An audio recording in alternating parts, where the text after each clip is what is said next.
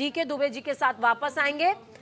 Sir, मैं आपसे समझना चाहती हूँ, कांग्रेस कह रही है फॉर कॉन्स्टिट्यूशन है, बीजेपी कह रही है एंटी कॉन्स्टिट्यूशन है, सपा कह रही है और राज्यों में नहीं है। क्या आप क्या कह रहे हैं वो बताइए।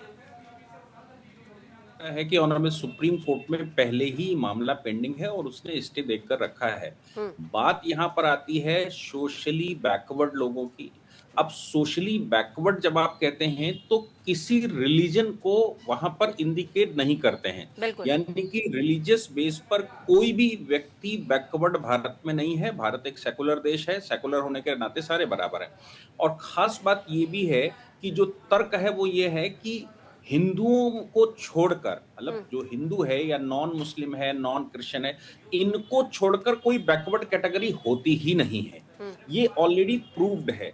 ऐसी परिस्थिति में अगर ये कहा जाए कि रिलीजियस बेस्ड या रिलीजन के बेस्ड पर आरक्षण दिया जाता है तो स्वाभाविक है कि प्रश्न खड़े होते हैं और प्रश्न सुप्रीम कोर्ट तक जाते हैं और सुप्रीम कोर्ट उस पर पहले जवाब दे चुका है।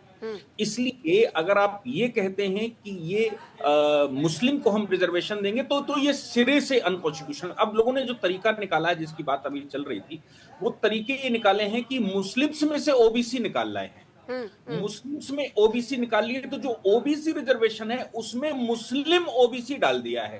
अब ये सवाल कोर्ट में पेंडिंग है कि जो ओबीसी है उसमें क्या मुस्लिम ओबीसी होता है। तो जो सबसे पहला प्रश्न आता है वो ये है कि जो लोग भी धर्मांतरण किए थे या मतांतरण किए थे, और इसको एससी में भी इंक्लूड किया है सर, एससी में भी मुस्लिम और अलग अलग कास्ट को इंक्लूड किया गया है। मैं यही कह रहा हूं। अभी जो वेस्ट बंगाल का सिस्टम आया ऑनरेबल सुप्रीम कोर्ट में 2 दिन पहले ही वेस्ट बंगाल वाला प्रकरण आया था जिसमें 77 में से 75 जातियां मुसलमानों की थी।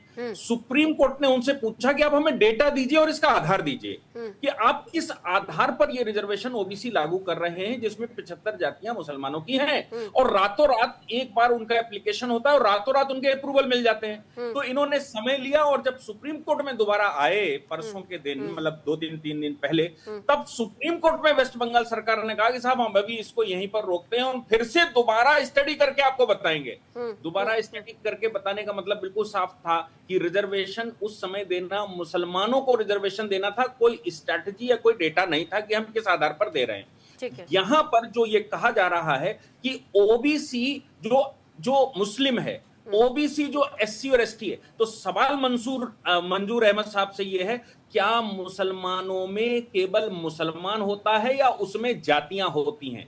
अगर जातियां होती हैं, ये मुस्लिम समुदाय रिकॉग्नाइज करने को तैयार है विश्व भर में और हिंदुस्तान में, तो मुझे लगता है इस पर नए सिरे से बहस छिड़ी जानी चाहिए। क्योंकि जो हिंदू से मुसलमान बना वो इस आधार पर बना कि हमें यहां छुआछूत माना जा रहा है, तो वहां पर भी क्या छुआछूत है? वहां पर भी ओबीसी है, वहां पर भी एससी है। ठीक है सर, इसमें मंजूर जी जवाब दें। उससे पहले मेरा एक सवाल और रहेगा।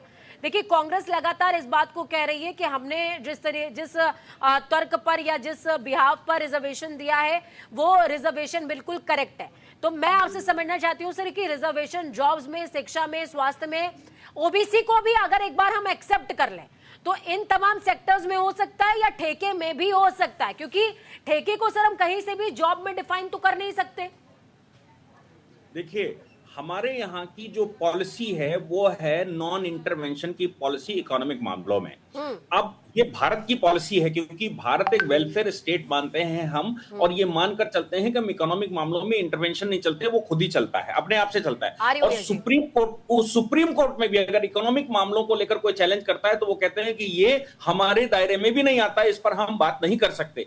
यहां पर जब आप ये कहते हैं कि कॉन्ट्रैक्ट्स में हम करेंगे, आप कहते हैं कि हम कंपनियों में करेंगे, आप कहते हो कि हम काम नहीं करने देंगे, आप कहते हो कि हम काम उनको ही करने देंगे जो ये कैटेगरी मांगे, तो मुझे लगता है कि हम भारत को दूसरी दिशा की तरफ ले जा रहे हैं और भारत को इस दिशा की तरफ ले जा रहे हैं कि हम छिन्न भिन्न भारत देखना चाहते हैं कि इतने लोग साइकिल का पंचर बनाएंगे, इतने लोग कार बनाएंगे, इतने लोग ये बनाएंगे, इतने लोग ये कॉन्ट्रैक्ट में ये काम करेंगे, इतने लोग ये करेंगे। तो किस तरफ हम, क्या भारत यूनिटी को जो हम लेकर आए हैं जिसमें हमने अपवाद के रूप में किसी वीकर सेक्शन को बढ़ाने के लिए रखा, क्या हम उसको तोड़कर भारत को छिन्न भिन्न देखना चाहते हैं? मुझे लगता है कि प्रियम्बल के अनुसार ही ये अनकॉन्स्टिट्यूशनल सिरे से, जिसको वॉइड अब इनिशियो कहा जाता है। ठीक है सर, मंजूर साहब बोले। देखिए, इनकी एक बात सही है कि इस्लाम में मसावात है, मसावात मीन्स इक्वलिटी, लेकिन साथ ही साथ उनको ये देखना है, जैसे उन्होंने खुद कहा कि तो सर अगर मगरबी बंगाल या अगर है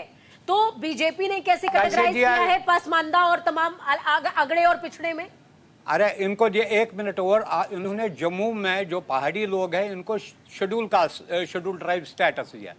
इसी तरीके से जो है 33 जो है कम्युनिटीज, मुस्लिम कम्युनिटीज, इनको तमिलनाडु जैसे आपने खुद कहा वेस्ट बंगाल में 75 कम्युनिटीज, या उनको तो इसी वजह से। एंड सेकेंडली कोई ना कोई मैकेनिज्म होना चाहिए जिस तरीके से अगर ये इकोनॉमिकली बैकवर्ड रहे हैं, फाइनेंशियली इनके पास कोई रिसोर्स, एजुकेशन में ये नहीं है, कोई मैकेनिज्म चाहिए जो ताकि इनको नेशनल मेन स्ट्रीम में ऐसा ही जोड़ा जाए।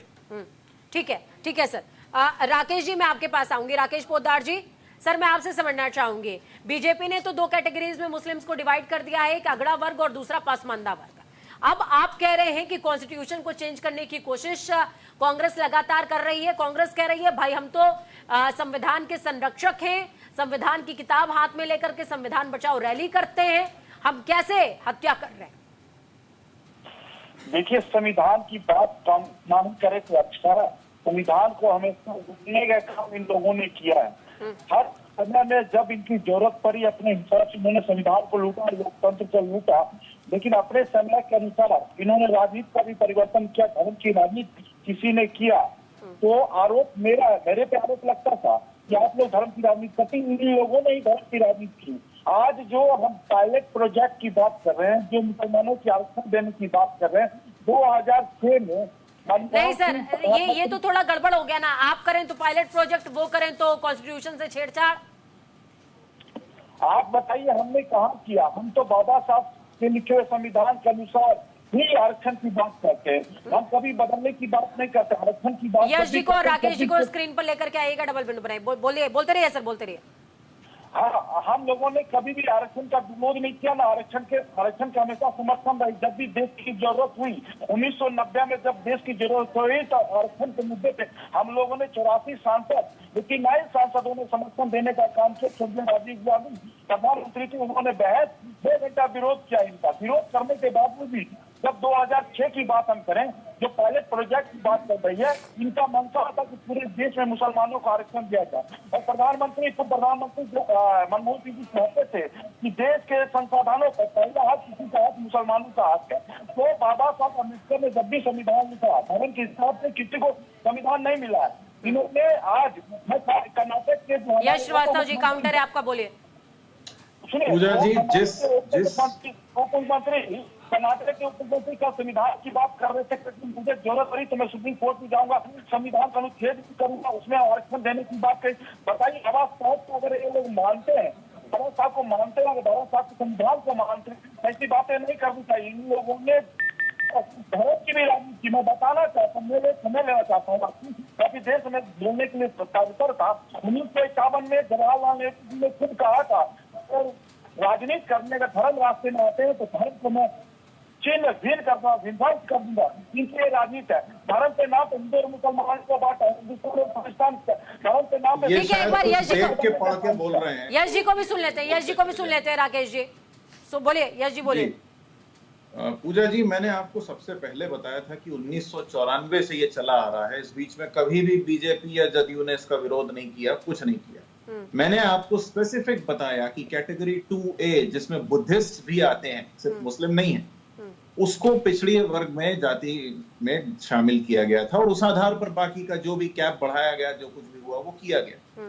अब इसमें 2 बातें हैं। एक, बीजेपी वाले अपने सामने कुछ रख के पढ़ते चले जाते हैं, इसलिए रुक नहीं पाते। दूसरा, जब नरेंद्र मोदी जी गुजरात के मुख्यमंत्री थे तब उन्होंने अटल बिहारी, मैं आपके बीच में नहीं बोला हूं, आप बीच में मत बोलिए।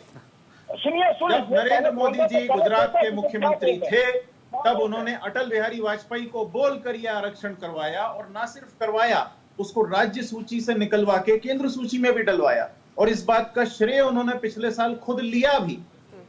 तो ये हिपोक्रेसी की हद है। ये इसलिए ऐसा करते हैं क्योंकि ये बार बार अपने भ्रष्टाचार में लिप्त होते जा रहे हैं। ये सब हमको समझना पड़ेगा कि ये बेकार की बातें इसलिए उठाई जाती हैं। अब मुझे बताइए, क्या अच्छा, मुझे एक बात बताइए, यश जी, बहुत देर से, जब से डिबेट शुरू हुई है तब से ये सवाल मैं आपसे पूछना